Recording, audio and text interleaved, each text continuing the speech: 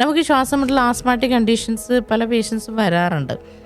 ഈ respiratory problems കൊണ്ടൊക്കെ, ശ്വാസകോശ സംബന്ധമായിട്ടുള്ള പ്രശ്നങ്ങൾ, ശ്വാസം മുട്ടൽ, ആസ്മ, ബ്രീത്തിങ് ഇഷ്യൂസ്, നടക്കുമ്പോൾ ഭയങ്കര കിതപ്പുണ്ടാവുക, അതുപോലെ തന്നെ ഈ പറയുന്ന അലർജി, സ്നീസിങ്, അങ്ങനെ ഒത്തിരി ഇഷ്യൂസ്, മൂക്കിൽ ദശ വളരുക, ബ്രീത്തിങ് പ്രോബ്ലംസ് വരും. അതുകൊണ്ട് അങ്ങനെയുള്ള പ്രോബ്ലംസ് ഉണ്ട്. അപ്പോൾ ഈ ആസ്മ പേഷ്യൻസ് അറിയാമല്ലോ, നമ്മുടെ ജീവൻ്റെ ആധാരം തന്നെ ശ്വാസമാണ്.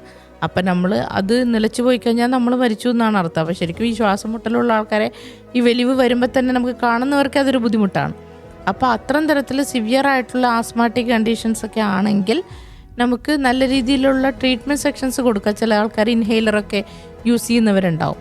അപ്പോൾ അങ്ങനെയുള്ളവർ അതിൻ്റേതായിട്ടുള്ള റെമഡി ചെയ്യുക. അതോടൊപ്പം നമ്മുടെ ഒരു രീതിയിൽ നമുക്ക് ചെയ്യാൻ പറ്റുന്ന, എളുപ്പത്തിൽ ചെയ്യാൻ പറ്റുന്നൊരു റെമഡിയാണ് ഈ പോയിൻറ്റ്സിൽ നല്ല രീതിയിൽ സ്റ്റിമുലേറ്റ് ചെയ്തിടുക. പിന്നെ ഞാൻ നേരത്തെ പറഞ്ഞിരുന്നു, പനിക്കൂർക്കയില, തുളസിയിലയൊക്കെ കയ്യിൽ വെച്ചിട്ട് നന്നായിട്ട് ഇങ്ങനെ ക്രഷ് ചെയ്തിട്ട് നമ്മൾ സ്മെല്ല് ചെയ്യുക. അങ്ങനെയുള്ള കുറച്ച് കാര്യങ്ങളൊക്കെ ചെയ്യുവാണെങ്കിൽ ഇപ്പോൾ ഈ പറഞ്ഞ പോലെ പെട്ടെന്നുള്ള ഒരു ശ്വാസമുട്ടലിൽ നിന്ന് നല്ല രീതിയിൽ തന്നെ മാറ്റം വരും.